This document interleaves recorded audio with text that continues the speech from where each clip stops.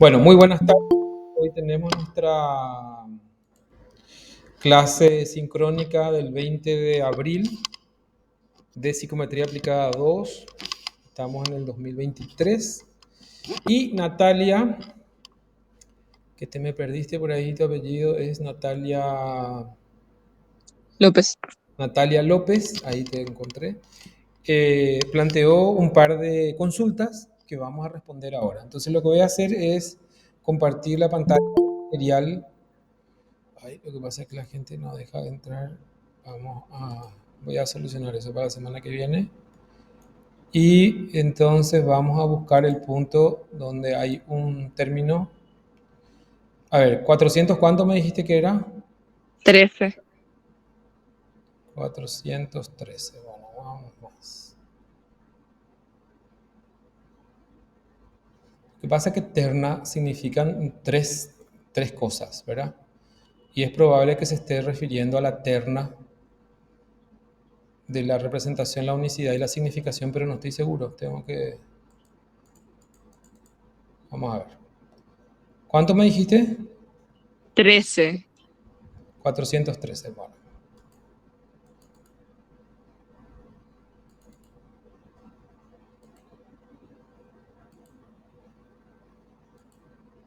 Ahí. La primera línea, luego. Más arriba. Ahí. Y la terna es alfa, beta, Fs. ¿Y qué es eso? Y son símbolos nomás. Dice, tenemos por tanto entre nosotros una escala de medida constituida por la terna alfa, beta, F. Pues bien decimos que la escala es nominal cuando el conjunto de transformaciones admisibles para F, solo para F, al conjunto formado por todas las aplicaciones F, o sea, la función de A, en R, que son inyectivas. ¿Verdad? Entonces, lo único que te plantea es que son como tres condiciones o tres atributos. Vamos a ver un poco qué dice arriba.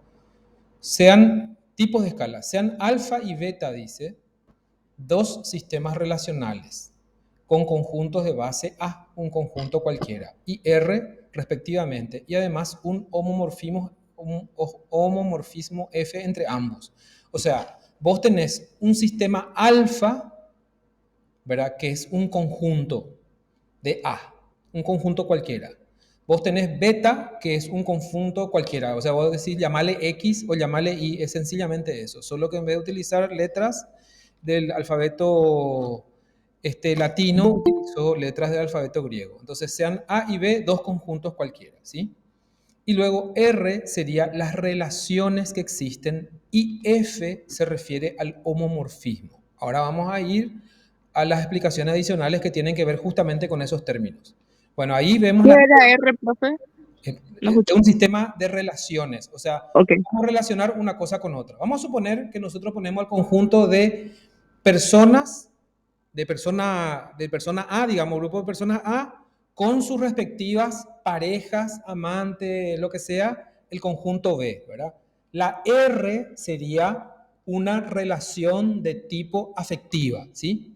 Vamos a suponer que pusiéramos en el conjunto A mamás, mujeres que son madres, y en el conjunto B a varones que son hijos de las madres del conjunto A. Entonces el conjunto A está compuesto por madres, el conjunto B está compuesto por hijos varones, y la R sería la relación que hay entre ambos, ¿verdad? Y hay una relación de conexión en donde cada madre está conectada con un elemento del conjunto B que sería su hijo, ¿sí? Entonces la R lo que representa es qué tipo de relación hay entre el conjunto A y el conjunto B, ¿sí? Sí, me quedó claro. Entonces, acá dice alfa y beta no son los conjuntos, sino que dicen son dos sistemas relacionales, es decir, un sistema de relaciones entre conjuntos cualquiera. O sea, alfa y beta en realidad son relaciones entre otros conjuntos. A eso es lo que se refiere. Y R con mayúscula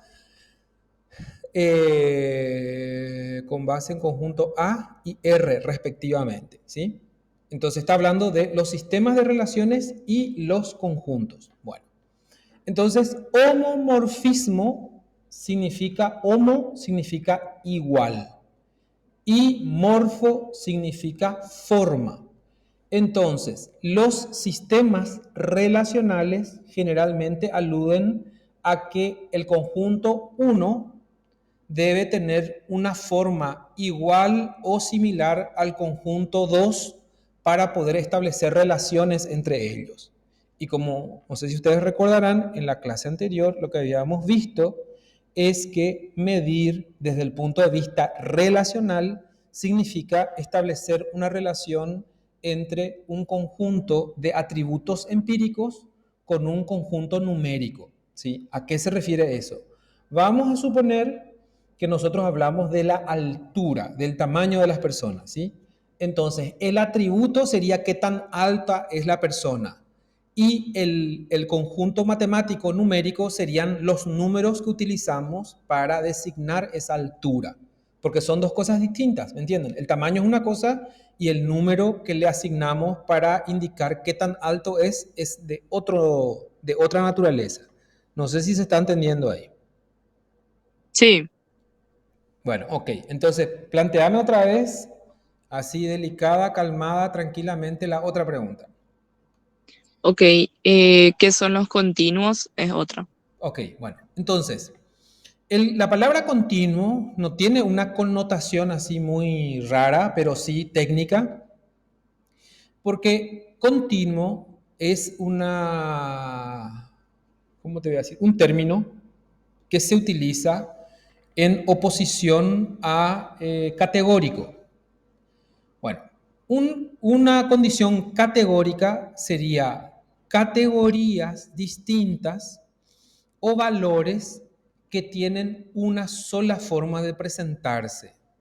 Por ejemplo, si vos tenés la secuencia 1, 2, 3, 4, por decir así, el orden en el que se fueron sumando a la clase, por decirte así, el que entró primero, el que entró segundo, el que entró tercero, es un número, es un valor, pero es categórico. Está el que entró primero, el que entró segundo, el que entró tercero.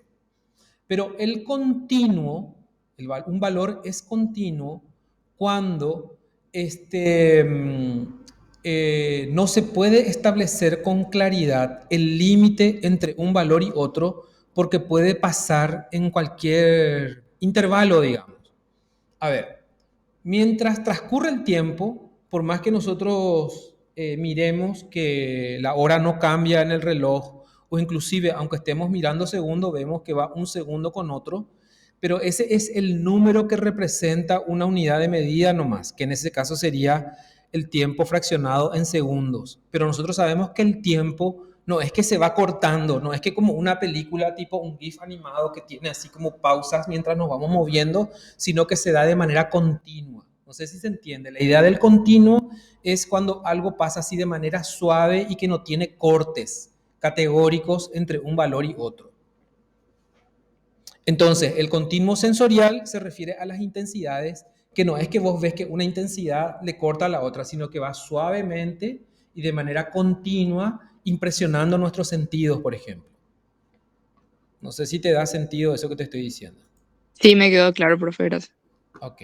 ¿Cuál era Después, otra? sí, dice uno, ¿cómo se definiría sensaciones y si son lo mismo a continuos subjetivos? Pero eso ¿dónde está? Literal, todito así tequite del... No, no, ya sé, pero necesito Tendría que nomás encontrar, para poder... pero ya no sé dónde quité. Voy a buscar, te doy otra pregunta igual mientras. Dale. ¿Qué son atributos y cómo se diferencian de los otros? Por ejemplo, de continuos, de No, no, pero sistemas no relacionales. son de la misma categoría, espera, no son de la misma categoría. Un atributo es la característica que tiene algo, ¿sí? Por ejemplo, si nosotros nos referimos a una persona, un atributo puede ser el color de piel, el color de ojo, el color de pelo, el largor del pelo. Un atributo puede ser el tono de la voz, un atributo puede ser su condición económica, un atributo puede ser su género o su sexualidad o la camisa que tiene, por ejemplo, ¿verdad? Eso sería el atributo de una persona. De la camisa podríamos decir que es de una tela gruesa, de una tela fina, que es de un color vivo, que es de un color opaco. Esos son atributos. Atributos son las características que pueden ser descriptivas, o sea, descriptas, descriptas de un elemento. Eso es un atributo. Ok. Luego está qué son los sistemas relacionales. Y eso que te había dicho hace un ratito, ¿verdad? Un sistema relacional es la manera en cómo se vinculan dos conjuntos. Ah, Como ya, por ok. ejemplo, Ya ¿verdad? está. El que sea su hijo, el que sea su pareja, o sea, vos estableces una regla por el cual haces coincidir o vincular o relacionar un conjunto con otro. Esos son los sistemas de relación o sistemas relacionales. Ya. Y bueno, eso es todo. Si llego a encontrar después esa otra pregunta, pero no hace que impida que entienda todo el otro contenido. Más que nada eran los otros los que más me preocupaban. Dale, genial, genial. No sé si alguien tiene alguna otra pregunta. Gracias, por cierto. Dale, dale, de nada.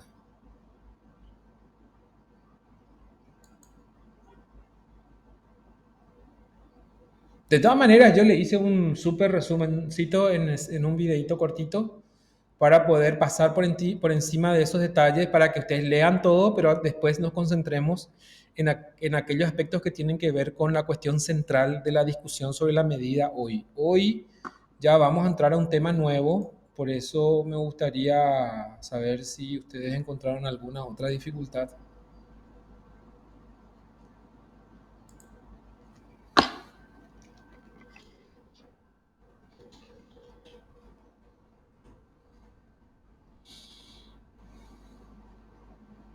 O sea, es que no sé si me sucede a mí nomás, pero me ayuda bastante, y no voy a decir esto con la otra tarea, pero me ayuda bastante que haya una tarea, porque es como que ahí no solamente me obliga a volver a leer, sino que ahí a la forma en la que planteas la pregunta no es la misma cosa que entiendo cuando yo leo sola, por ejemplo. No sé si eso tiene sentido. O sea, yo leo sola antes un material y puedo entender algo, pero después vos planteas de otra forma y me hace dudar. Entonces ahí otra vez nacen preguntas y tengo que volver a leer, confirmar. Entonces como que me ayuda bastante para afianzar eso que hablamos acá en clase, digamos. Sí, no, eso que vos decías al principio, yo sé que ustedes están sobrecargados, que tienen muchas horas de clases sincrónicas, de clases presenciales, de tareas que entregar, etcétera, pero la única manera de comprender lo insustituible es la lectura. O sea, nosotros no vamos a poder lastimosamente, o sea, con las clases no alcanza.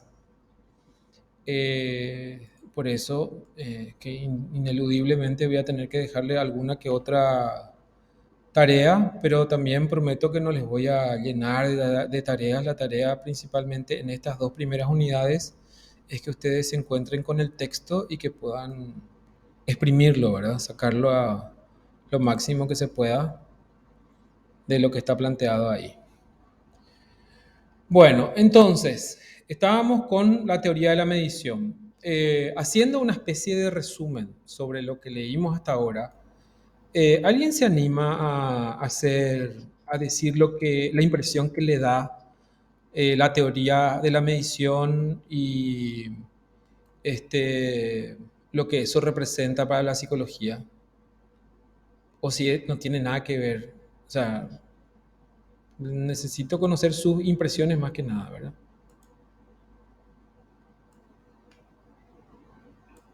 Profe,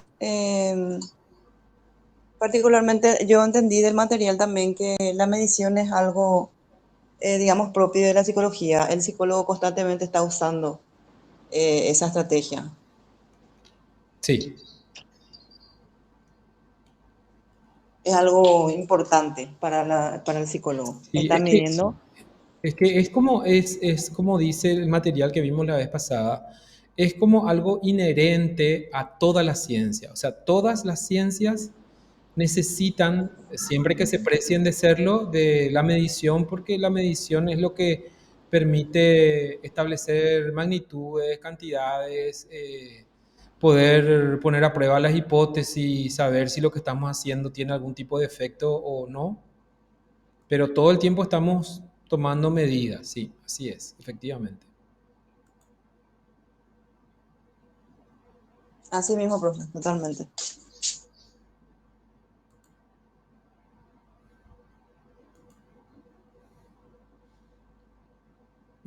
No sé, algún otro comentario.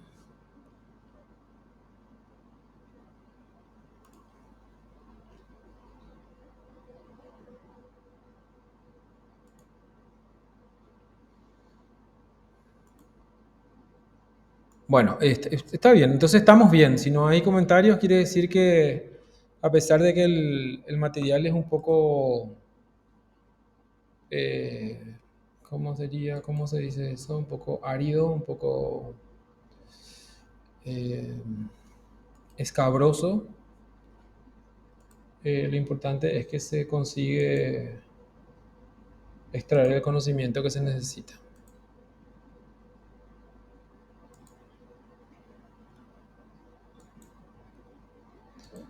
Bueno, entonces podemos empezar el siguiente tema. Nosotros empezamos con teoría de la medición habitualmente y luego vamos hacia lo que es la teoría del escalamiento. La teoría del escalamiento es un... Tengo que dejar de compartir porque no les estoy mostrando nada. No quiero distraerles tampoco.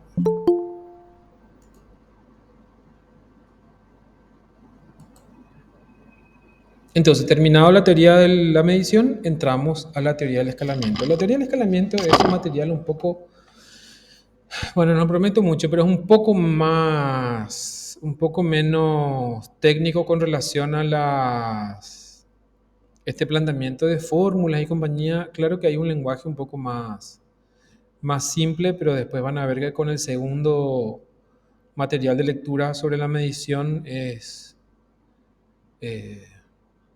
se sufre un poco con Jañez y después ya es más digerible el resto. Lo que tenemos, como les digo a continuación, es la teoría del escalamiento, que es un intento por transferir los principios de medición a la generación de algún tipo de escala, ¿sí? Y una escala se refiere a de qué manera, bajo qué principios o bajo qué procedimientos vamos asignando numerales a esos atributos. ¿Vieron ustedes que habíamos definido, a ver, voy a cambiar un poco, cómo habíamos definido la medición hasta ahora? ¿Qué es medir? Porque si eso no quedó claro, estamos en problema.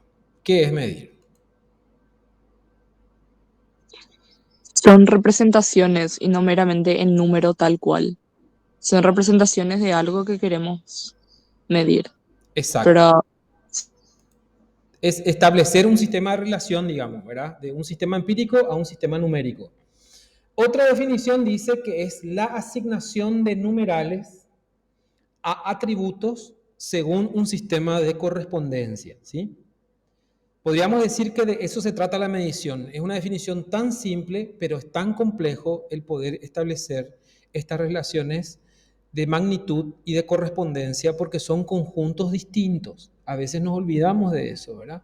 Muchas veces uno cree que obtener un puntaje en un test de personalidad o un puntaje en un test de inteligencia de por sí te da una información completa acerca de la condición o característica de un sujeto. Sin embargo, lo que tenemos que recordar es que ese valor es una representación, un sistema de representación que se supone tiene que permitir facilitar o favorecer el entendimiento acerca de la condición en la que se encuentra ese atributo, ¿sí? En su propia naturaleza, ¿verdad? Que está representada por un número, pero que en esa representación podemos comprender su naturaleza, su característica. Bueno, en la teoría del escalamiento se refiere a cuáles son los procedimientos, los mecanismos o las actividades mediante las cuales asignamos esos numerales, ¿sí? Entonces, por un lado está la teoría de la medición, que nos explica qué es medir, cuáles son las corrientes que hay, etcétera, etcétera. Pero luego entramos a la teoría del escalamiento, que también tuvo su propio desarrollo. Hay un montón de trabajos que están estrechamente relacionados con la teoría de la medición, pero que tiene su propio desarrollo, y vamos a ver cómo se origina esta idea de la teoría de las escalas con el escalamiento psicofísico, y luego eso se va trasladando, o sea, va trasladando sus principios psicofísicos a la concepción del escalamiento psicológico. Entonces, les voy a compartir aquí unas diapositivas.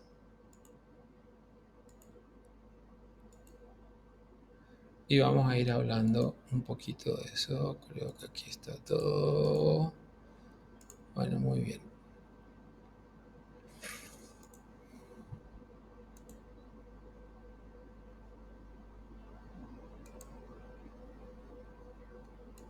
Teoría del escalamiento, unidad 2.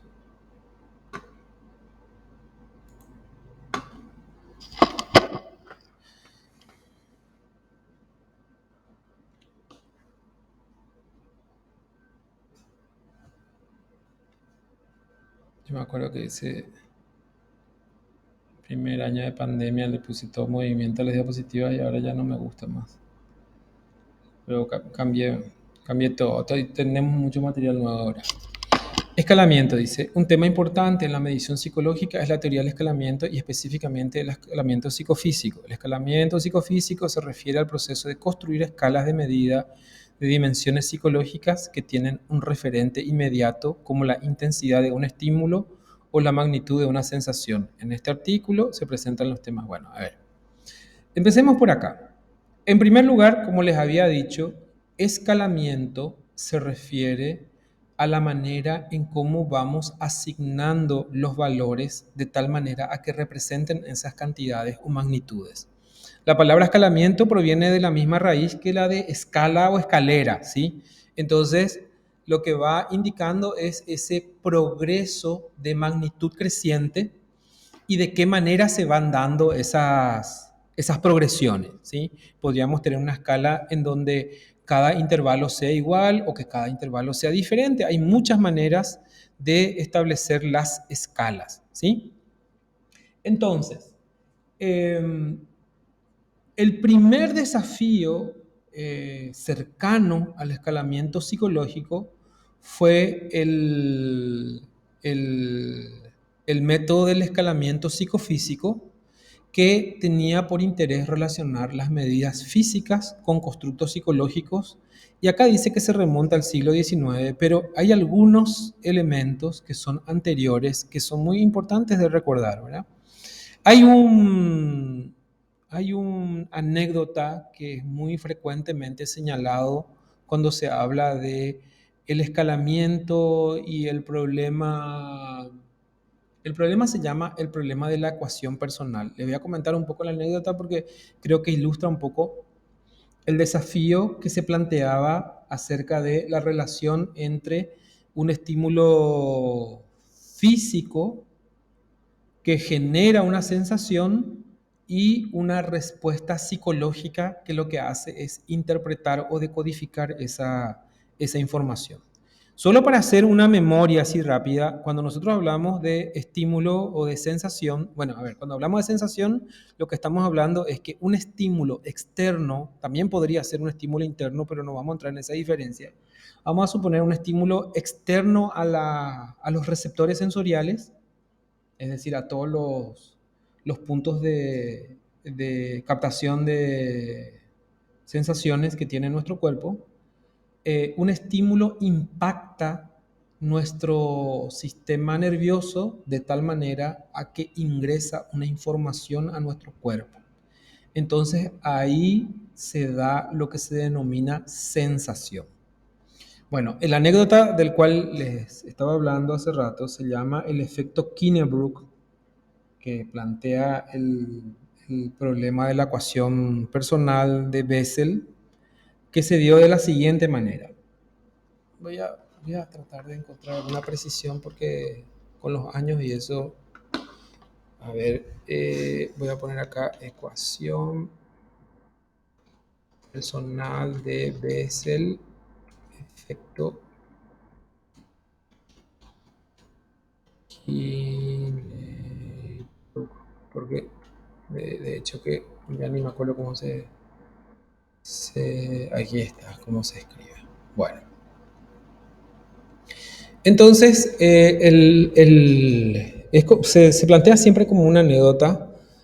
Y lo que se planteó fue lo siguiente. En el observatorio de astronomía de, ay, voy a buscar acá porque les voy a decir cualquier cosa. Les quiero decir cualquier cosa. No. Justo la página que entretiene no está completa. Vamos a ver la ecuación personal de Bessel. Bueno, aquí está. Qué bien, qué bien. Aquí hay una cronología. Dice acá, Bessel publica un trabajo acerca del incidente Kinnebrug, sucedido en 1796. Por eso les decía que esto es anterior, estaba ya en el siglo XVIII. En el observatorio de Greenwich, dando a ese desarrollo lo que se llamó la ecuación personal. Bueno, ¿en qué consistía la ecuación personal? Bessel había publicado, estaba interesado en hacer una memoria acerca del desarrollo histórico de un observatorio en Greenwich y encontró un incidente que se había dado, que fue el siguiente. Un muchacho asistente de apellido Kinnebrug aparentemente estaba tomando registros del movimiento de astros y esos registros que él hacía no coincidían con los del jefe del laboratorio, ¿verdad? Entonces el jefe del laboratorio estaba muy enojado, le dijo, bueno, ahí no toma tu trabajo en serio, no puede ser que seas tan descuidado, estos datos son demasiado valiosos, no puedes ser tan irresponsable, si vos no mejoras te vamos a echar, ¿verdad? Y este pobre muchacho, a pesar de que hizo mucho esfuerzo para corregir las diferencias, lo que hizo fue empeorar y finalmente terminó siendo echado del laboratorio. Bueno, eso se registró en los libros y cuando Bessel, 15 años después, había revisado los libros para hacer una publicación, recogiendo anécdotas y notas históricas, encontró este problema y le llamó, le puso curioso, le llamó la atención lo que había pasado y dijo, nunca se me había ocurrido, ¿verdad? Dice él, ¿será que todas las personas, cuando observamos algo, captamos lo mismo? Y además se plantea la siguiente complicación. Una cosa es que esté observando ahí a través del telescopio y que luego procese en la conciencia y luego registre. O sea, que entre que llega la información, se procesa y se escribe, hay como un procesamiento, valga la redundancia, que probablemente en cada sujeto, en cada persona podría darse de manera distinta. Entonces Bessel decidió adentrarse un poco en ese efecto curioso y planteó comparar sus anotaciones, sus registros, con otros astrónomos así muy experimentados de otros observatorios, tratando de reducir el problema quizás de la inexperiencia que tal vez pesaba sobre Kinnebrug.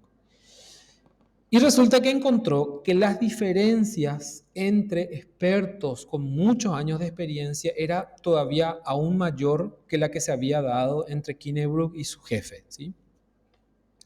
Entonces Bessel reflexionó al respecto, escribió sobre eso, pero planteó esto seguramente es un problema del cual se tendría que ocupar la psicología. Y él le denominó el problema de la ecuación personal, es decir, la ecuación que dentro de cada persona se produce al generar una especie de, no sé cómo llamarle, hoy le diríamos delay, ¿verdad? Entre el ingreso de la información, el input de la sensación en cada persona, el procesamiento y la respuesta que se da al respecto, ¿verdad? Entonces, ahí aparece siempre, ustedes van a ver que en todos los análisis sobre el desarrollo histórico del escalamiento psicológico, aparece como una primera referencia el efecto Kinnebrooke como una llamada de atención acerca del interés por establecer un interés, o sea, interés ya dije, ¿verdad? Un interés por establecer una relación entre lo que son las sensaciones y las percepciones o la subjetividad de la sensación recibida, ¿sí?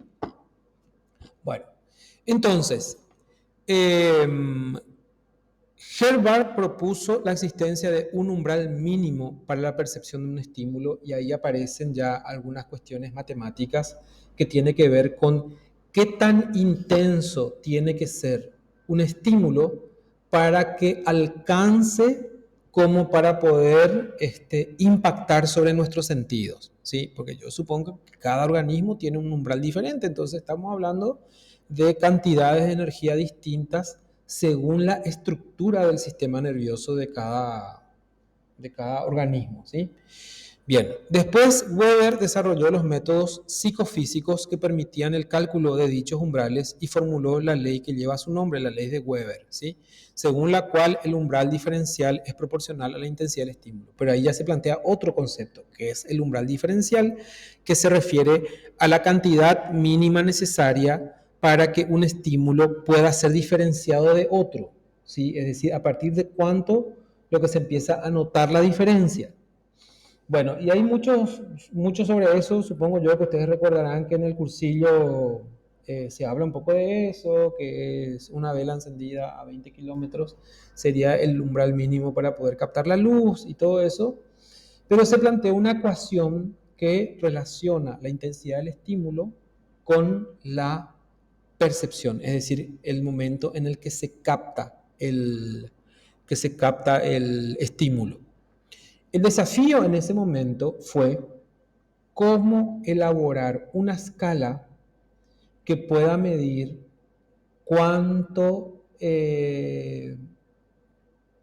se percibe, porque una cosa es tener aparatos que puedan ser sensibles, por ejemplo, a la presión, a la luz y a otros estímulos físicos que podríamos decir que seguro tienen sus complicaciones, pero de alguna forma podría cobrar cierto nivel de objetividad, pero el desafío era el de elaborar pruebas que puedan registrar de manera confiable el grado de percepción subjetiva acerca de la intensidad de un determinado estímulo.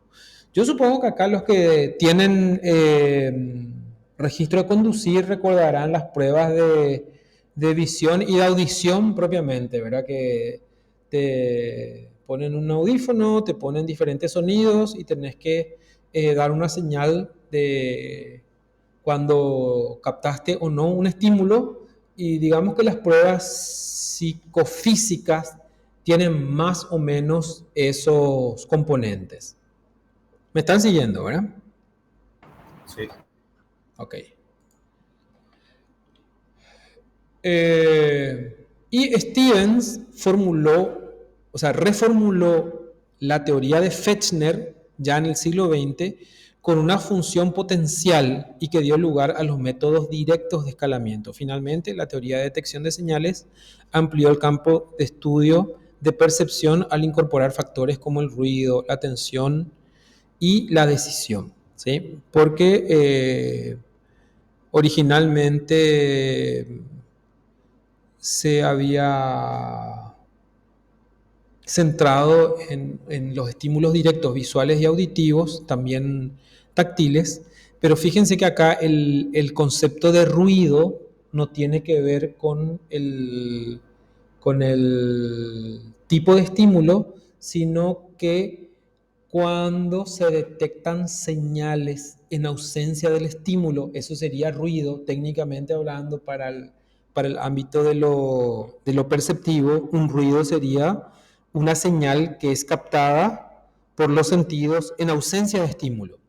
Luego, el efecto que causa la atención, cuando uno está prestando mucha atención, cuando está concentrado o cuando está distraído o cuando tiene la atención dividida en más de en más de un estímulo, o cuando tiene que tomar la decisión de marcar si se produjo o no el estímulo. Estos tres elementos forman parte de la que se llama, de la que se conoce como teoría de detección de señales, que desarrolló un conjunto de teorías muy interesantes sobre el desarrollo del escalamiento y de los principios que hacen posible la medición más en términos aplicados, o sea, el desarrollo de escalas en psicología. Nosotros pasamos por alto un montón de principios cuando desarrollamos instrumentos psicológicos porque, por decirlo así, de alguna manera, el desarrollo de los primeros avances históricos permitieron incorporar esas suposiciones dentro del modelo, ¿verdad? Pero voy a ir a algo así un poco más concreto para que no se despegue demasiado de la realidad. Vamos a suponer que nosotros intentemos desarrollar una escala de, no sé, algo muy sencillo de, ¿qué puede ser? Una escala de estilo de aprendizaje, no sé. A ver, ¿cómo sería una escala de estilos de aprendizaje? ¿Qué características tendrías que tener?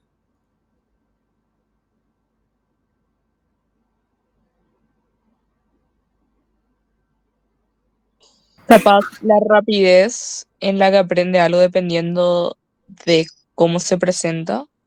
Ujú. De acuerdo al estímulo sería, profe. Ok, después. Y ahí se tendría que tener en cuenta, em, Memoria. claro, visual, auditivo, kinestésico. ¿Puede Ok. ser? No hay respuesta correcta. Yo quiero que pensemos nomás qué elementos tendría que tener. Bueno, ¿y cómo sería la prueba? ¿Qué tipo de ítem sería? Les quiero compartir, demasiado les quiero compartir acá el material que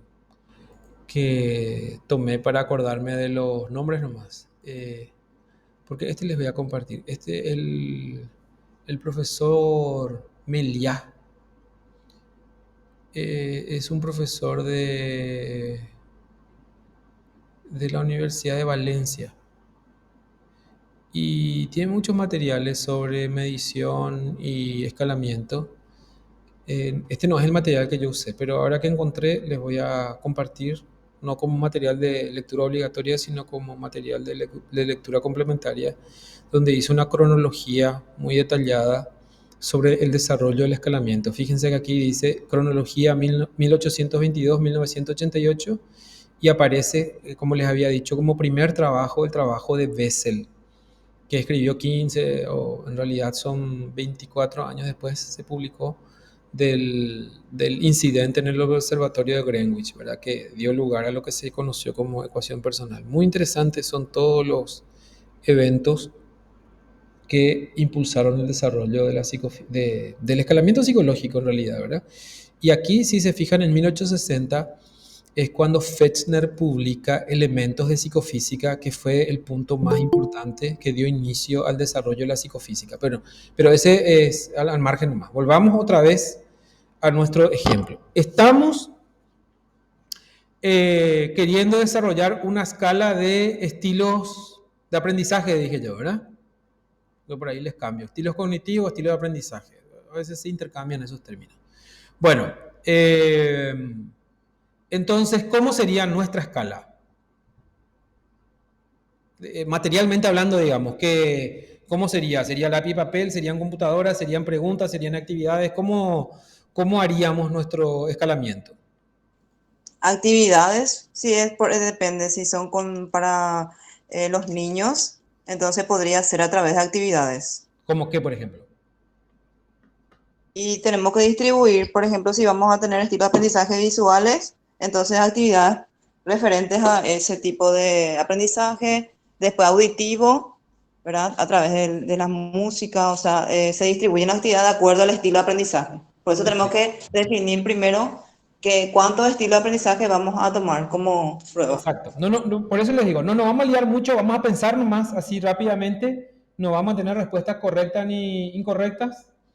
Entonces, fíjense, todo eso que vos estás planteando, yo te voy a seguir a lo que vos planteaste, ¿verdad? No confirma ni niega nada de lo que vos estás diciendo, sino que sencillamente cuando decidamos establecer las actividades, tendríamos que tener en cuenta, por ejemplo, la agudeza perceptiva, ¿verdad? Que también escucha, que también ve, que también coordina, porque eso, fíjense, son elementos que no tienen que ver con los estilos de aprendizaje, sino que son como condiciones distintas.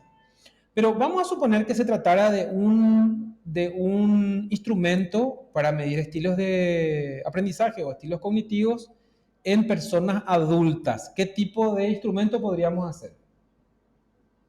Lápiz, papel, podríamos hacer, profe. Podría ser lápiz de papel o podría ser un formulario en línea, ¿verdad? Puede ser. ¿Y qué contendría ese instrumento? Podríamos poner, por ejemplo, del 1 al tanto cuánto se sienten identificados o aprenden con tal o cual pregunta, ¿verdad? Ok, Por o sea, ejemplo, vamos a decir como una escala tipo Likert, en donde le hacemos sí. afirmaciones acerca de cómo incorpora la información. No sé si me están siguiendo todos, si no están siguiendo bien, pregunten más para ponernos un poco en situación. Profe, pero ahí no sería un poco subjetivo porque puede ser que yo crea que aprendo en el 3 de la escala Likert, pero después en realidad objetivamente no aprendo tan bien, había sido comparado con otro que no sé, no sé. Exacto. Bueno, y ese es el punto. Eso es lo que podríamos decir son elementos de ruido, atención y decisión que en las escalas de tipo subjetivas podríamos nosotros considerar además otros factores. Fíjate que el niño, la niña con la cual vos vas a poner a prueba ciertas actividades que en lo que vos estás sugiriendo son como más reales y menos subjetivas, vos lo único que controlás son los estímulos. ¿Cómo sabrías si el niño o la niña aprendió, por ejemplo? ¿Acaso el aprendizaje en ese caso no sería también subjetivo? Y ahí se le pasa un instrumento después. O sea, primero tenés que hacer o sea, primero es hacer el cómputo de cuál es su estilo de aprendizaje, se lleva a la práctica las actividades con ese estímulo, o sea, con ese estilo que predomina en el niño y después se le No, pasa no, un no, no, pero instrumento. espera, vos te estás yendo muy lejos ya, espera un ratito. Porque Bueno, nosotros vamos a medir primero cuál es su estilo, ¿cierto? ¿Verdad? sí, Y sí, sí. para saber qué estilo tiene, vamos a suponer que ustedes son todos niños ahí de kinder, ¿verdad? Entonces, Almita, Analiita, Natalita, José Carlitos, ¿verdad? Están ahí. Y nosotros preparamos una serie de estímulos visuales, auditivos, etcétera. Pero, ¿de qué manera nosotros vamos a interpretar que este es su estilo de aprendizaje? El engagement que tengan ahí con la actividad. ¿Cómo? Espera un ratito, despacio. ¿Qué dijiste? Con el, ¿cómo se dice engage? Con el engagement que tengan con la actividad, tipo su compromiso Pero vos ahí, no estás sé cómo llamarlo. metiendo otro elemento, porque fíjate que el compromiso es un Profe, elemento motivacional. ¿Qué pasa si yo aprendí, Es que es pero re necesario eso para el aprendizaje. con la reproductividad, o sea, que pueda ser reproducible me van a varias veces, matar profe. ustedes? Espera un ratito, esperen que un ratito, váyanse despacio, despacito. A ver, vamos a suponer, Enriquito, está en tu clase, ¿verdad? Yo participé de las actividades, ¿sí? Pero, discúlpenme el término, pero por ejemplo, me chupa un huevo comprometerme con responder. Yo lo estoy diciendo, no quiero que me tomen a mal ni nada. Estoy hablando nomás yo tengo esa actitud así tipo miro, ya entendí todo, ya pues no tengo ninguna gana de responder, ¿verdad? Fíjense que vos tenés ahí una interferencia en donde vos no estás pudiendo captar mi estilo de aprendizaje, pero porque hay otro elemento que se suma o que interfiere o que interviene a la respuesta que vos estás esperando para poder determinar cuál es mi estilo de aprendizaje. No sé si se entiende. Sí, pero viste que vos propusiste que vamos a presentar a todos los niños estímulos, ¿verdad? No, yo no propuse Ahora, eso, vos propusiste. no, yo no propuse eso. Claro, sí, Sería, yo le pregunté, ¿cómo mediríamos estímulos? Y me pareció que vos fuiste la que dijo, vamos a suponer que son niños, vamos a presentarles no, no, estímulos. yo estoy Natalia, creo que fue librada en todo caso. Yo Libra fue, no, profe. No, pues yo pues no les veo, no estoy mirando acá el monitor. Bueno, digo, no importa. Alguien ahí planteó que vamos a hacer algunas Estilos. Yo actividades. había planteado los estilos de aprendizaje a través de actividades, no estímulos. Los estímulos ya sería, eso es lo que pero Para, las propuse. actividades estímulo, son ¿qué es? estímulos. Espera un poco. Una actividad pues es un estímulo. ¿Entendés? Vos le estás estimulando a la criatura que Sí, agarre un círculo a estimular y ayude, ¿verdad? Que mire una película, vos le estás estimulando. Que mire un dibujito, vos le estás estimulando. ok, Eso se llama estímulo. Técnicamente un estímulo es un elemento externo que impresiona los sentidos. ¿Me entienden? Sí, ya. en base a eso, yo lo que digo es, no hace, a ver, vos estás presentando un estímulo y sí o sí, de alguna forma, eso genera una sensación de la criatura y si le gusta, Espera, no hace falta espera, que se espera, ahí, comprometa. espera. Ahí lo que entramos, pues, cuando vos decís, le genera una sensación a la criatura. ¿Cómo vos vas a medir lo que está pasando por su cabeza? Esa es la pregunta. No hace falta por su cabeza y con lo que veo que sucede. Si abre los ojitos, si empieza a Profe, moverse más. profe, que Sí, puedo hacer repetible otra vez, Con si lo es que que le hace. volvés a mostrar el mismo estímulo y reaccionar de la misma manera, es porque está. Porque no estamos comiendo un fantasma. O sea, claramente No, podemos ver. ese claramente es lo que es nuestro problema. Eso desafía la teoría de la medición. Si vos estás utilizando un sistema de estímulos, que son escalas de sonido, diferentes colores, tamaño, forma, vos tenés control sobre tus estímulos. Pero al pasar a la dimensión del aprendizaje y vos vas a considerar como aprendizaje si te prestó o no te prestó atención, si abrió o no abrió su ojo, ¿verdad? Si levantó o no levantó la mano, fíjate que vos ya estás hablando de otro sistema en donde le estás denominando aprendizaje a un conjunto de respuestas donde vos no tenés la certeza de que eso implique o no aprendizaje. ¿Me entienden a lo que me refiero? Sí, entonces habría que delimitar No, no, qué no, es no lo te que queremos apures, que no te apures, no te aprenda. apures. Espera, de eso se trata. No, así pausado, por eso te digo más que no te apures. Pausadamente estamos allí. Estamos en el problema, no en las soluciones. Estamos en los problemas o desafíos que están implicados en una medición en donde tenemos que escalar distintos estímulos, distintos elementos, distintas condiciones, tareas o como le quieran llamar, y por otro lado, poder escalar, por ejemplo, el grado de aprendizaje vinculado con un determinado estilo o con un determinado estímulo. ¿Me entienden? No sé si ahora estoy colocando el punto, ¿verdad? Ese problema, no la solución, sino ese problema es el elemento que se plantea el escalamiento, ¿sí? Sí, estoy entendiendo. Por ejemplo, ¿cómo puedo escalar aprendizaje? Ustedes van muy rápido, pero no están solucionando ningún problema, ¿verdad? Según me presta atención y según abra su ojo. ¿Y qué cuántos centímetros tiene que abrir su ojo para decir que aprendió un chiquitito, aprendió mucho o aprendió poco? ¿Me entienden a lo que me refiero? ¿Qué escala voy a utilizar para poder traducir esa reacción a un sistema de magnificar su aprendizaje?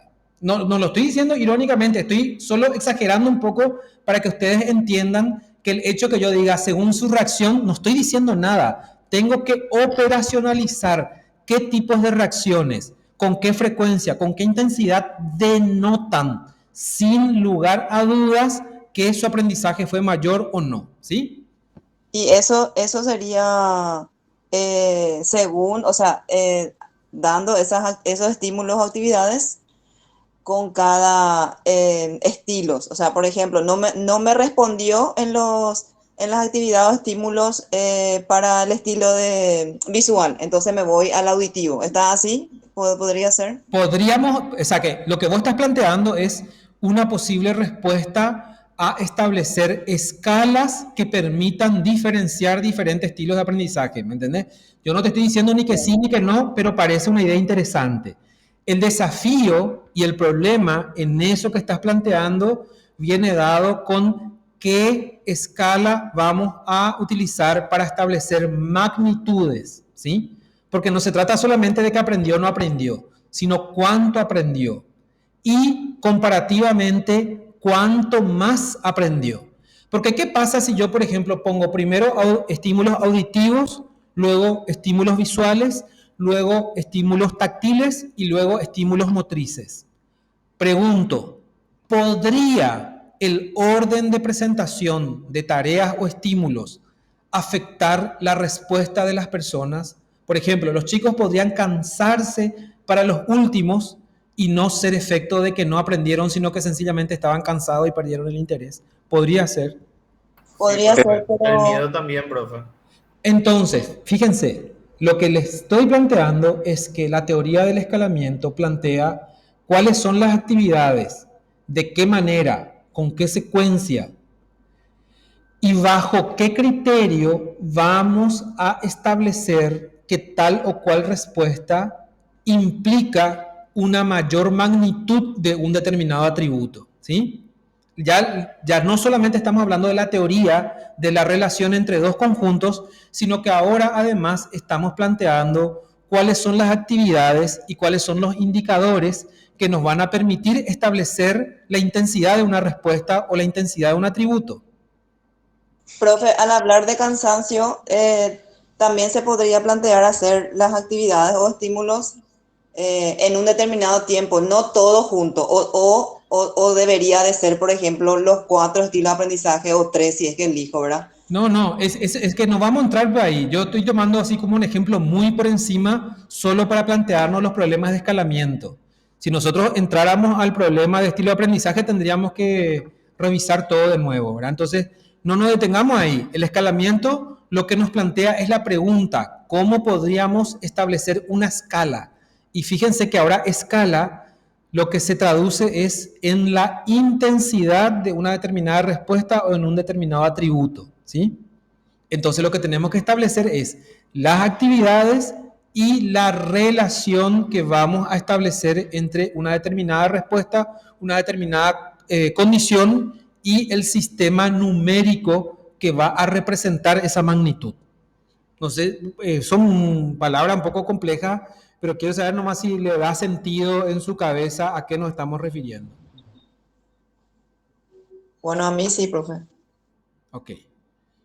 Vayamos al otro ejemplo. José Carlos planteaba que si tendríamos que hacer, ahí Natalia se cayó, ya no sé qué le pasó ahí. El resto, ¿Qué? el resto no dice Estaba nada. escribiendo por eso en el chat. Ah, bueno, yo... A ver qué dice acá. Ah, jaja, dijo. Bueno, sí, por lo de su ojito y eso fuera. Bueno, a ver. No sé si el resto, a ver un poco qué dice ahí. Julia, Romina, Analía, Carlos, Sí, Héctor. profe, se está entendiendo. ¿Cómo? Se está entendiendo, profe. José Carlos había planteado que si son personas adultas, podríamos establecer una escala, por ejemplo, tipo Likert, ¿verdad? A lo que, ahí ya no sé más si fue Natalia o fue Librada. Distingo sus voces, pero mi memoria nomás es la que ahí no me... O sea, no me acuerdo bien cuál de las dos había dicho que ahí podría plantearse una cuestión subjetiva. Bueno, y ahí entramos en el mundo de eh, del escalamiento psicológico. Porque, ¿qué pasa? Si yo tengo que estudiar actitudes, por ejemplo, ¿de qué tipo son las actitudes? O sea, ¿su naturaleza es objetiva o subjetiva? Subjetivo. ¿Completamente subjetiva o parcialmente subjetiva? Déjame pensar. Eh, pa- para mí es parcial. No, Sí. las actitudes son completamente subjetivas porque son Ah, sí. las cogniciones, son las emociones, ¿sí? Y la tendencia a la acción, ¿verdad? Entonces las actitudes son completamente subjetivas y ahí empieza la discusión o la reflexión acerca de Bueno, está bien. En lo psicofísico tenemos una parte física y una parte psicológica. Esa parte psicológica ya era luego completamente subjetiva, que era la sensación. Es decir, ¿cómo estamos seguros que la cantidad de estímulo percibido por una persona es equivalente a la intensidad del estímulo? Entonces, todas las Profe, pruebas lo que buscaban era ver de qué forma las personas relacionaban un estímulo con una idea o con una percepción, ¿verdad? Bueno, a ver, Natalia, te escucho. sí, Levantaste ahí la perdón, mano. me tardé nomás en... quería saber, para ver si recuerdo bien, sensación es diferente a emoción, ¿verdad? ¿A qué? A emoción. Y sensación pertenece al ámbito de lo cognitivo y emoción pertenece al ámbito de las emociones, los sentimientos, ¿sí? Sensación es lo que vos sentís en la piel, en los ojos, en la lengua. Sensación es la percepción, o sea, el punto intermedio entre la percepción y el estímulo, ¿verdad? O sea, que un estímulo externo impacta nuestros sentidos y, Sí, pero viste que y produce me, una sensación, ¿sí? me entró la duda porque dijiste que las sensaciones em, no son meramente cognitivas y por ende subjetivas. Y quería diferenciar si son lo mismo o no que las emociones, porque las emociones en realidad parten de lo físico. O sea, si yo estoy diciendo estoy muy emocionada o me siento mal y demás, eso en realidad sí se puede medir físicamente. Los latidos del corazón, las No, bueno, bueno, pero palpitaciones. vos estás mezclando todo ahí, porque son otra vez distintos conjuntos. Que a vos te palpite el corazón, que te sudoren las manos, ¿verdad? Se busca relacionar con un estado subjetivo emocional, ¿verdad? Ah, ya. Y ahí ¿Verdad? serían las sensaciones. No, me estás mezclando todo. A ver, sensación, para ir a lo básico, sensación es un proceso que se da cuando un estímulo impacta nuestros sentidos sensoriales, ¿sí? Esa es una sensación, cuando entra una información al sistema nervioso. Siempre externo, profe. ¿Cómo? Siempre externo, digo. ¿Y qué podría ser no externo? Y lo que, o sea, siempre la sensación es así como dijiste, que, que te toque algo, que sientas algo. Porque fíjate que si O, se trataran de sensaciones internas, como cuando me duele mi estómago, por ejemplo, se supone que hay un elemento que está externo a mi sistema sensorial, ¿sí? Entonces es cuando algo impacta nuestro sentido, o sea, que es externo al sistema perceptivo o aquello que capta la información. Natalia, vos seguís teniendo la mano levantada. Ah, perdón. Y entonces, la emoción es una respuesta emocional, sentimental, etcétera, es la respuesta más básica del ámbito de lo emocional. Por eso me digo, vamos a dejar ahí, porque bueno, a ver, una actitud tiene componentes cognitivos y componentes emocionales. Yo digo que son subjetivos, ¿en qué sentido? Si vos le metés a una persona dentro de una máquina y se pueden medir las respuestas del cerebro, digamos, tenemos un dato objetivo, por decir así. Pero lo que no estamos hablando de del proceso que está haciendo su cerebro, sino que estamos hablando del nivel de conciencia que una persona toma acerca de algo. Y ahí lo que estamos hablando de subjetividad. Fíjense que el caso extremo de subjetividad sería que cómo nosotros sabemos que todos estamos viendo lo mismo, o que el color que se observa en la pantalla, el amarillo, que yo creo que es amarillo, no sé si es el mismo que ven ustedes, ¿sí? O cuando yo digo una palabra, aunque ustedes entiendan el significado, si las rutas por las cuales el cerebro conecta las significaciones son las mismas que las mías. Es el extremo de la subjetividad. Hay una teoría, o hay varias teorías que plantean que nosotros estamos envueltos en un absoluto subjetivismo solipsista, ¿verdad? O sea, que estamos solo en el universo y que no hay manera de entender lo que le pasa al otro sujeto o de saber si es que realmente algo es objetivo o no, porque finalmente la única información que tenés es la que te da tu conciencia. No sé si me están siguiendo allí. Entonces, por eso se habla de subjetivo. Cuando yo tomo conciencia del dolor, del calor, etcétera, es una respuesta subjetiva, es decir, a nivel de conciencia individual de cada persona. A eso, a esa concepción de subjetividad me estoy refiriendo.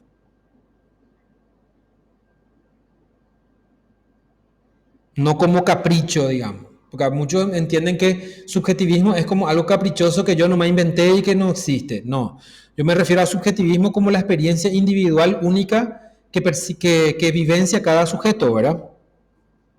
Profe, podría ser, por ejemplo, lo que pasa ahora, las temperaturas de la mañana, ¿verdad? Vos podés estar con unas mangas cortas y yo con unas mangas largas, depende, muy subjetivo Totalmente. podés. Y está la misma temperatura es, pero a algunos le da más frío y a otros menos frío, exacto. Entonces, ¿cómo hacemos la medida sobre algo subjetivo? Que es lo que planteaba, no sé si libraba Natalia, y de eso luego se trata. Ese era el problema que se planteó la teoría del escalamiento al pasar de lo psicofísico a lo psicológico. Bueno, empecemos acá. Los métodos del escalamiento psicofísico, estamos, digamos, en temática, ¿verdad? La temática es que ustedes se sientan invitados a pensar el problema del escalamiento. Y de hecho que sí, así es. Todos son problemáticos. Todos. Por eso es que si nosotros no partimos de los problemas que están implicados, tendemos a sobresimplificar nuestras respuestas, ¿sí? A sobresimplificar nuestras respuestas. Si no entendemos que son problemas sumamente complejos, vivimos así en un mundo así de la simplicidad y la superficialidad absoluta entera sin entender lo que realmente está pasando por debajo de eso que aparenta ser tan simple, ¿verdad?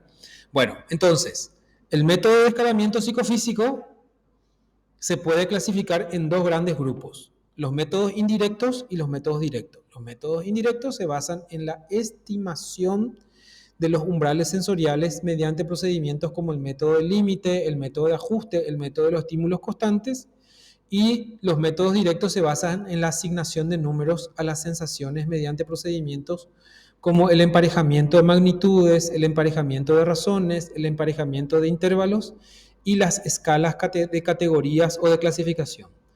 En definitiva, Weber son representantes de los métodos indirectos. Y Stevens, que desarrolló su teoría psicofísica ya en el siglo XX, plantea los métodos directos, que son el emparejamiento de magnitudes, el emparejamiento de razones, etc. Bueno, sigamos. A ver, estas son las leyes del escalamiento psicofísico.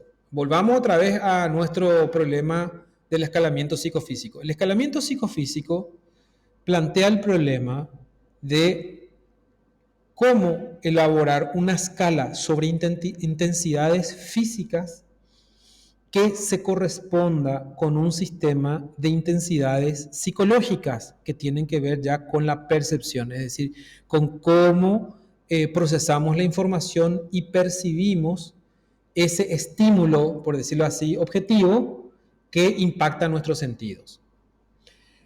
Dice acá, las leyes del escalamiento psicofísico son las relaciones matemáticas, y ahí otra vez hablamos de funciones o sistemas de relaciones, como habíamos visto en el apartado anterior, que expresan cómo varía la sensación en función del estímulo físico. Y las leyes que se plantearon son las siguientes. La ley de Weber-Fechner, que establece que la sensación es proporcional al logaritmo del estímulo. Una relación logarítmica dibuja un gráfico en forma de S. ¿Qué significa eso? Que hay umbrales en los que la relación deja de progresar, ¿sí? A ver, nosotros sabemos que hay umbrales debajo de los cuales nuestros sentidos ya no pueden captar información.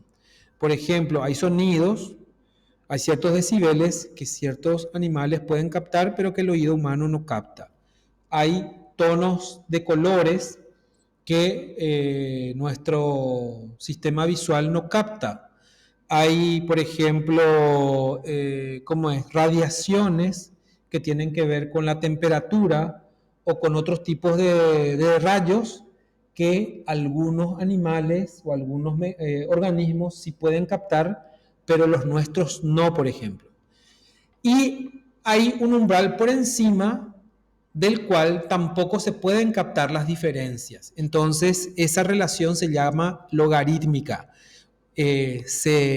Matemáticamente se establece que hay una función logarítmica, es decir, a cierto estímulo hay una relación logarítmica que permite establecer cuánto es lo que se está captando de ese estímulo. Entonces hay una fórmula matemática que establece el sistema relacional entre los estímulos físicos y los estímulos psicológicos. Entonces, como les decía, Fechner-Weber planteaban que esa relación es logarítmica. Luego, Stevens establece que esa sensación es proporcional a una potencia del estímulo, es decir, que nosotros podemos captar la información de manera subjetiva a partir de una potenciación del estímulo, es decir, el estímulo elevado a cierta potencia es lo que llega a nuestro cerebro o a nuestra sensación subjetiva.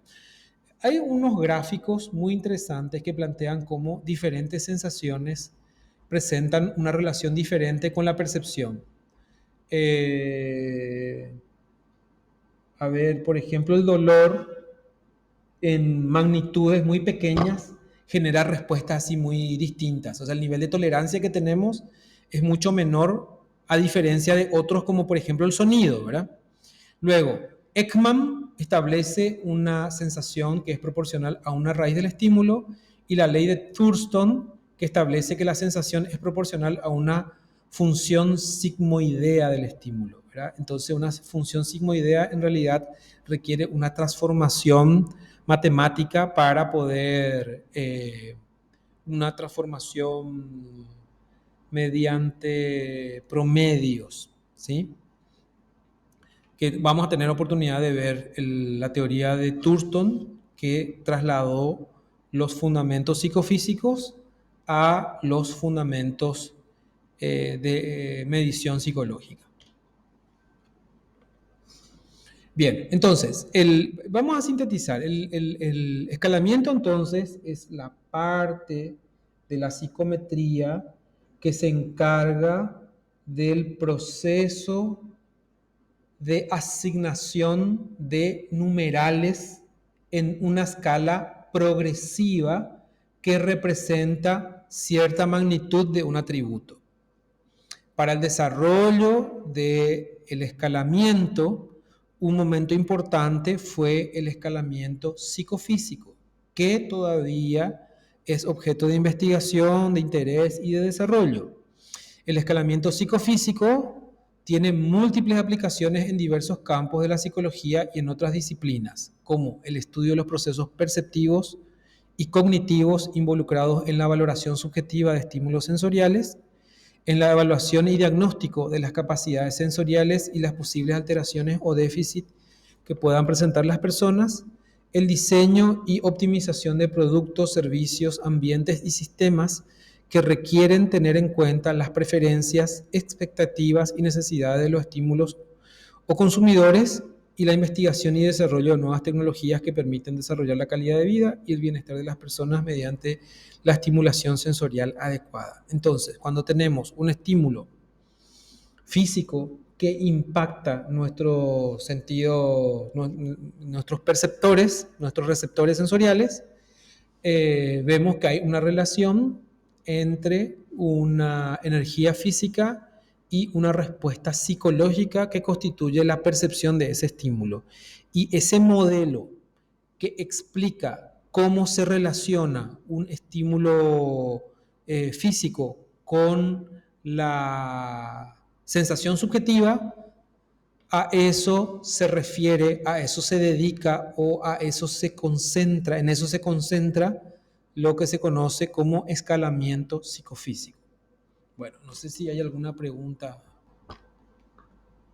con lo que vimos hasta aquí.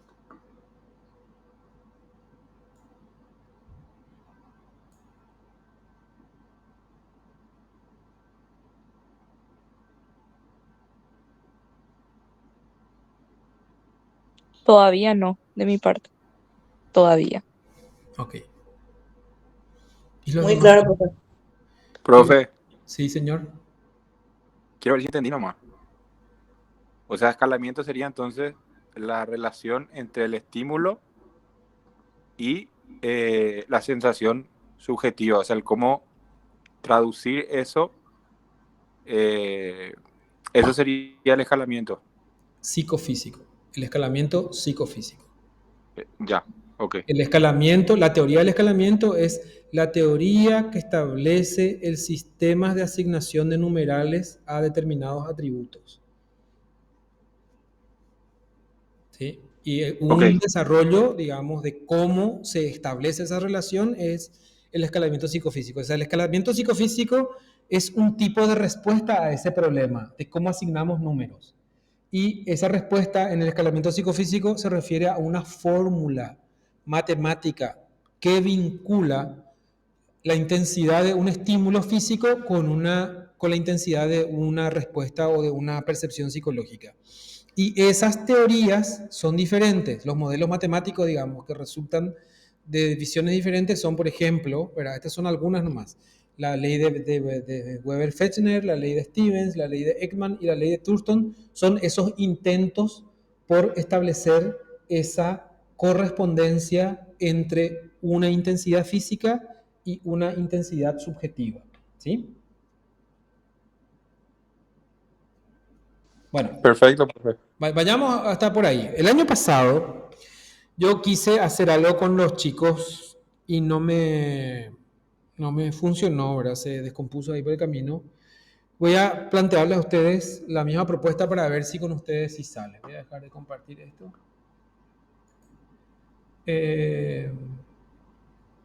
Tengo interés por que ustedes hagan lecturas por su cuenta, que vayan más allá, digamos, de los temas que desarrollamos en clase, que se vayan involucrando con algunos temas en particular y que eso les sirvan como vehículo para comprender mejor lo que estamos dando.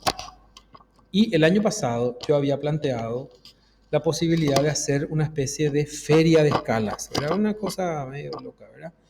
Una feria de escalas que consistía en lo siguiente. Formamos grupos, ustedes forman grupos libremente y a cada grupo se le asigna un, el desarrollo de un tema X relacionado con escalas. ¿Sí?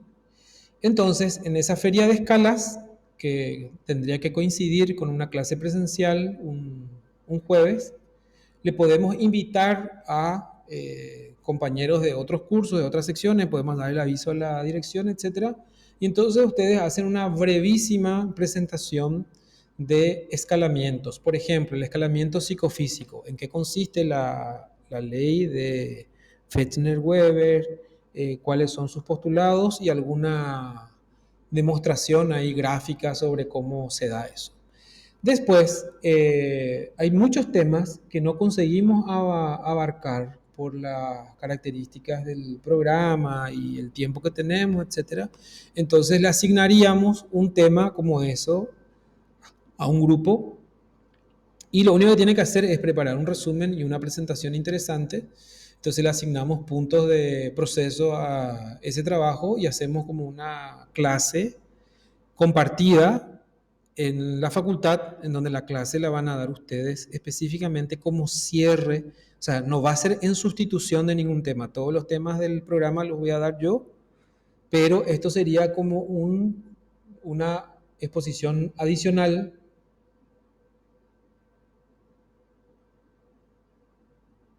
No mencioné yo. Voy a abrir acá el material sobre la fórmula, porque en mi diapositiva no incluí ninguna fórmula justamente para no desalentarles, pero vamos a ver acá. Bueno, pero mientras tanto, para no distraerme de lo que estaba diciendo, quiero que me respondan sobre lo que les dije recién. Si ustedes ven factible hacer eso, entonces ya nos ponemos... Profe, eso, o sea, nosotros tenemos un trabajo práctico aparte Y nosotros tenemos que presentar el trabajo práctico de la traducción, de la adaptación lingüístico-cultural de nuestro instrumento. Ese es el trabajo práctico. Profe, te puedo preguntar algo respecto a eso. En la primera clase yo en serio no entendí, no sé por qué no pregunté. Quiero saber si entendí parcialmente. A ver, va a haber como un test, o sea que un instrumento de medición, y nosotros vamos a poder elegir, obviamente, no solamente traducir, sino que traducir al contexto cultural. Pero mi pregunta es, ¿podemos elegir el idioma al cual traducir? Sí, claro. Porque ya. A mí me preocupaba porque la parte que yo escuché en la primera clase era guaraní, y si bien sé, No, no lo no, voy a no, nada lograr que para... ver. Yo les di, Ya, yo ya. incluso les dije que no crean ahora que hay que traducir al guaraní, les dije, ¿verdad? Y justo pasó Pero lo digo, contrario. justo nomás no escuché y me perdí, me No, asusté. no, justo pasó lo contrario, ¿verdad? Yo les dije, lo que nosotros el trabajo consiste en la adaptación lingüístico-cultural, ¿verdad? Si vos querés traducir del francés al alemán, felicidades, ¿verdad? Lo ideal sería que tradujéramos a idiomas locales, nacionales, oficiales, para que ese instrumento se pueda utilizar, ¿verdad? Entonces se puede traducir, dije yo, o al español o al guaraní, indistintamente como ustedes quieran. Si ustedes tienen familiaridad con el inglés, con el francés, con el alemán, con el húngaro, con el neozelandés, con el que sea, o haciendo uso de las nuevas tecnologías, de las inteligencias artificiales y de lo que sea, se puede obtener una primera aproximación de traducción. Después no habría problema en continuar con los demás procesos que implica la participación de jueces humanos, ¿verdad? Pero la idea es tomar un instrumento que no tiene una adaptación o que la adaptación, por ejemplo, está hecha al castellano mexicano y tiene mucha jerga y no sirve para utilizar directamente, entonces vos tendrías que localizar la versión original del instrumento, hacer la traducción, por ejemplo, al español paraguayo o a un español más neutro y en todo caso señalar las diferencias en la traducción que vos obtuviste con esa versión mexicana que tomaste como modelo originalmente, pero la idea no es traducir del español al español, sino que traducir de cualquier otra lengua o al español o al guaraní. Y lo único que yo había agregado es que en el caso de que decidan tomar el guaraní como lengua a la cual se va a traducir, tenemos que tomar algunas decisiones, como por ejemplo si se va a utilizar el español como puente, ¿verdad? Porque ese suele ser el problema. Primero a veces se traduce el español y después el guaraní, o etcétera, porque es muy complicado tener traductores nativos o sea, que sepan las dos lenguas en simultáneo, ¿verdad? Pero ese es otro tema. No sé si eso responde a tu pregunta. Sí, tenemos una otra, pero bueno, va mucho más allá, que es quién aquí en el país, a ver, este es mi planteamiento. Yo, por ejemplo, estoy en proceso de tesina y tengo test, o sea, instrumentos de medición, que justamente estoy así viendo cómo lo hago para pasar el español, ¿verdad? Y no es el problema de eso, tranquilamente lo puedo pasar al español, pero ¿cómo eso es válido? ¿Eso cómo se valida? Para que, no sé, todas esas preguntas más legales, o si así nomás lo se hace No, nada para que después ver. replicarlo, ¿verdad? Y eso es lo que les expliqué, nosotros tenemos una unidad que se llama adaptación lingüístico-cultural, donde vamos a ver todos los detalles y les voy a dar toda la bibliografía al respecto. Sobre eso hay documentos que son directrices incluso de cómo se tiene que llevar adelante eso. Pero vos pones ahí en Google y te salta. No hay ningún documento secreto. Y vamos a tener la oportunidad de ver eso con detalle. No sé si eso responde a tu pregunta. Voy a investigar. No te voy a poder luego dar la clase hoy de adaptación lingüístico-cultural. Te estoy diciendo que vamos a ver eso con detalle y van a tener acceso a toda la documentación que se necesita. Pero si vos pones directrices para la adaptación lingüístico-cultural de instrumentos, enseguida te salta porque hay uno de hace 3, 4 años atrás por ahí que es la última adaptación al español. O sea, la última publicación en español sobre adaptación lingüístico-cultural. Profe, una consulta. ¿Y cuándo serían aproximadamente estas ferias de escala? No, y todo es que si ustedes dicen, sí, vamos, Yayapoca tú, tendríamos como un mes por ahí para, o sea, yo les voy a subir les voy a subir a la plataforma y les voy a compartir una diapositiva donde va a estar detallado qué es lo que hay que hacer y cómo vamos a sortear los temas y todo eso. En realidad la idea es que ustedes puedan preparar, qué sé yo, 5 o 6 diapositivas, que se vayan distribuyendo entre todos una forma creativa, ¿verdad? No una exposición tradicional, sino que una forma creativa de presentar distintos modelos de escalamiento psicológico, porque se conoce muy poco al respecto, ¿verdad? Entonces todos creen que lo único que hay que hacer es escala tipo Likert y no es así, hay mucha complicación matemática y muchos fundamentos detrás de eso y me gustaría que ustedes investiguen por cuenta propia y que lo que vayan descubriendo compartan con sus compañeros, es decir, con la comunidad educativa. Esa es un poco la idea de la feria.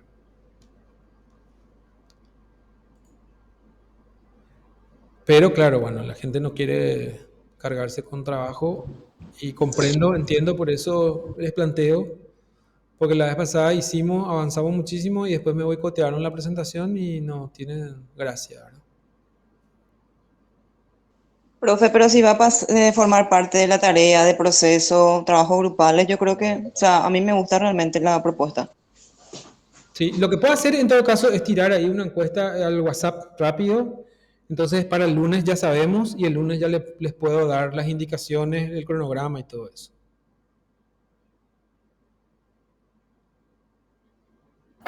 Mejor, profe. Sí, súper. Ok. Bueno, y entonces, con relación a las fórmulas de los modelos psicofísicos, yo no hablé ninguno. Vos me planteaste ahí si yo había hablado al respecto, porque te habías desconectado un rato. Yo no entré en esa presentación porque se me hace que tendríamos que empezar a revisar principios estadísticos y matemáticos, como por ejemplo cómo se da la distribución logarítmica, cómo se da la distribución exponencial, cómo se da la distribución radical, ¿verdad? O sea, las relaciones en realidad, las relaciones y cómo se presentan gráficamente una relación logarítmica, una relación potencial, una relación radical y una relación lineal para poder entender qué es lo que implica cada una de esas teorías, pero me parece que nos vamos a liar mucho ahí, vamos a tener que tomar más tiempo de lo recomendable y yo creo que nuestro foco es el... Nuestro foco son los escalamientos psicológicos, que es con lo que quiero detenerme un poco. La clase que viene ya empezamos con escalamiento psicológico, empezamos con Thurston, luego vamos a Likert y luego vamos a Goodman. Y que por ahí ya vamos a encontrarnos con el primer examen parcial probablemente. Bueno, muy bien. Entonces, les voy a tirar la encuesta. Vamos a hacer una feria de escalamientos y...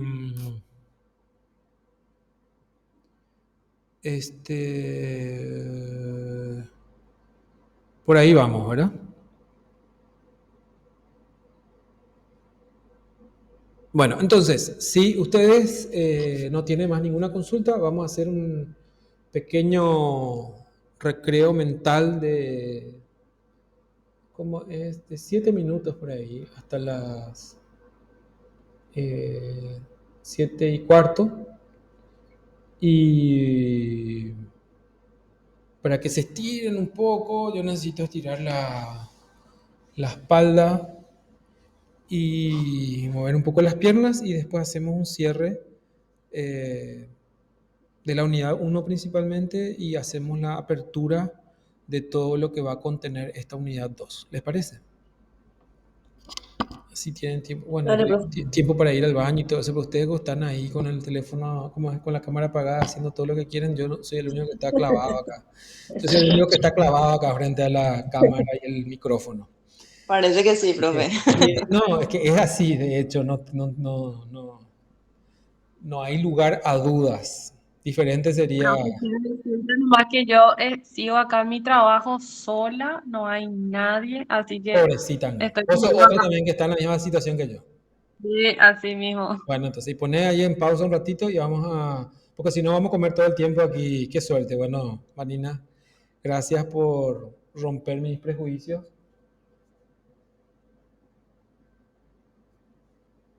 Aquí anda tosiendo por la vida, tosela nomás ahí, ¿dónde estás? No vaya a toserlo por la vida, le va a contagiar a todo el mundo, pues. Bueno, dale, listo. Pausamos ahí 7 minutos y así me dan tiempo de, qué sé yo, de estirarme un chiquitito, tomar agua y volvemos. Vale, profe. Dale, dale. Me pasa una canción por la cabeza, vamos a ver si... Se me pasa una canción por la cabeza, así que vamos a ver si les dejo con esa canción.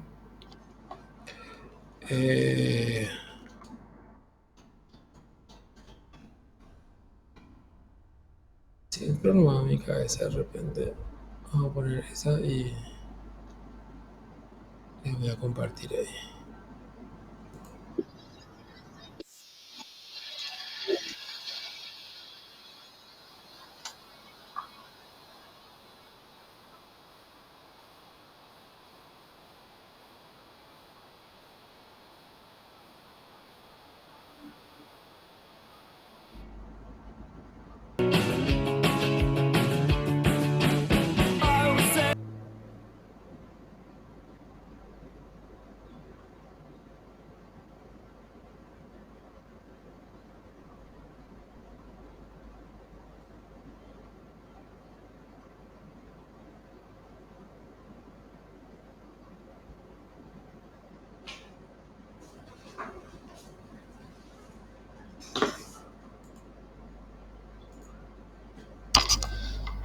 Bueno, aquí estoy.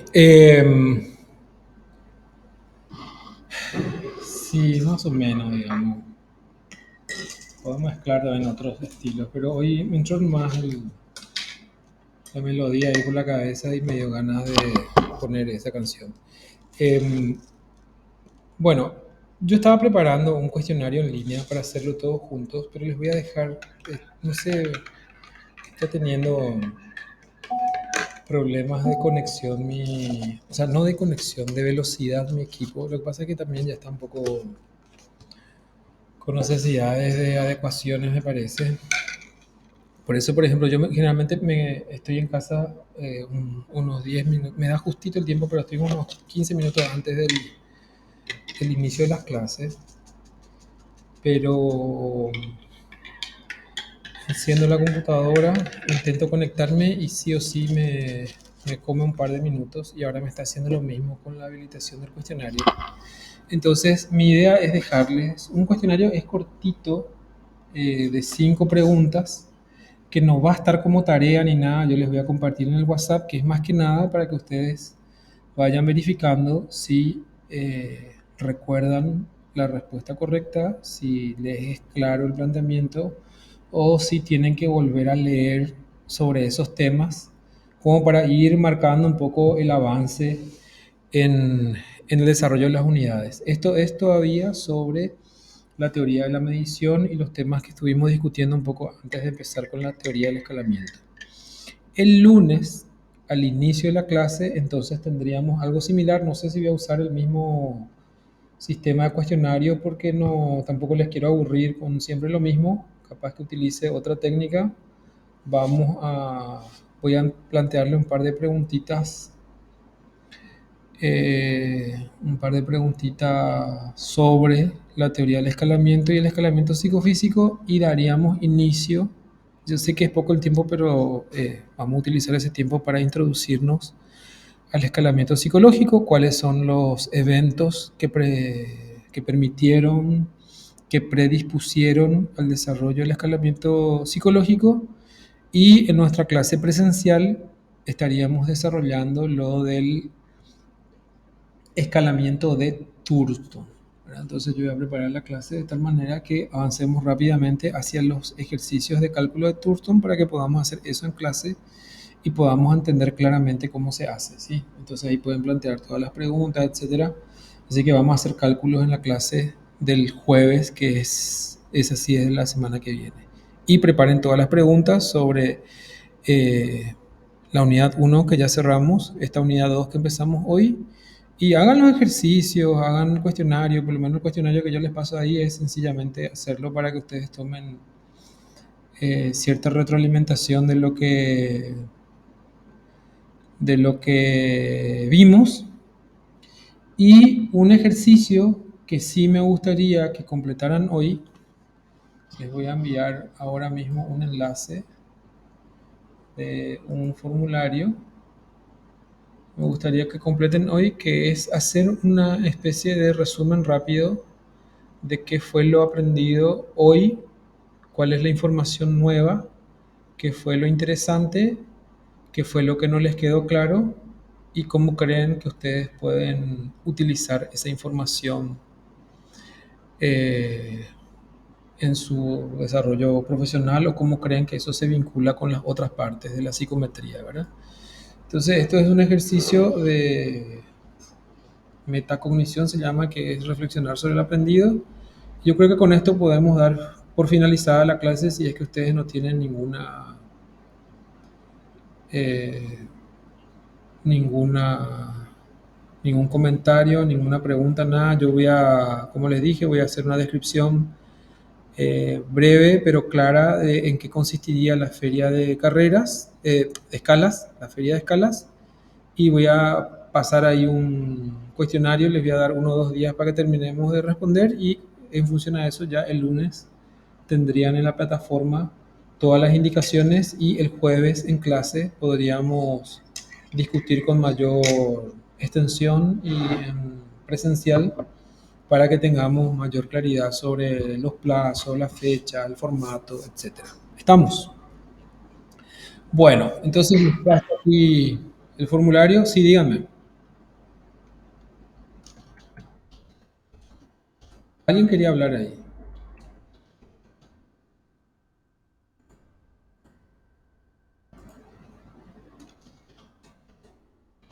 Todo claro, profe.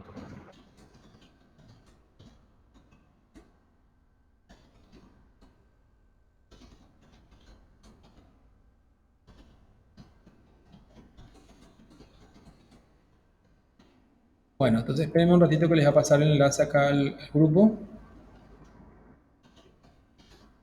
Digo, al chat.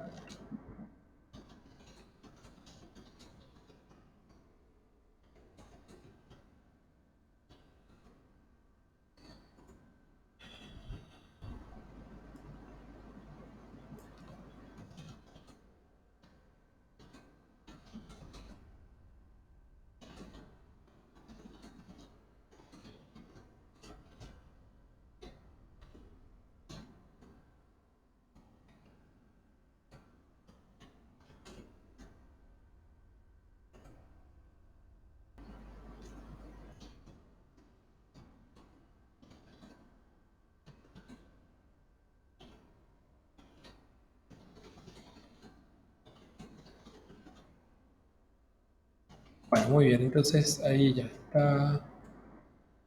Ahora les voy a copiar el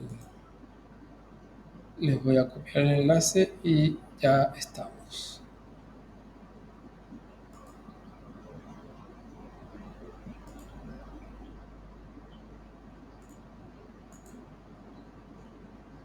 Ahí está. Bueno, yo me voy a quedar en la llamada, pero ustedes pueden, una vez que completan el formulario, ya se pueden ir desconectando. Así que bueno, que tengan un buen resto de jornada y nos vemos el lunes. Cualquier cosa me escriben ahí por el WhatsApp. Gracias, profe. Gracias, profe. Nos vemos. No se olviden de pinchar primero ahí el enlace. Yo quería hacer una pausa para tomar café. La pausa que necesitaba hacer. Profe, necesito permiso, dice. ¿Quién? Ah, espérame. Necesito cambiar acá la configuración para que todos los que... Es que tiene... Por defecto tiene una restricción de que solo los que tienen correo la universidad, ahí ya está. Ahí ya puedes. Ahí cuando intentes de nuevo ya va a poder. Pero tenés que volver a entrar, ¿no? Sí, perfecto. Gracias.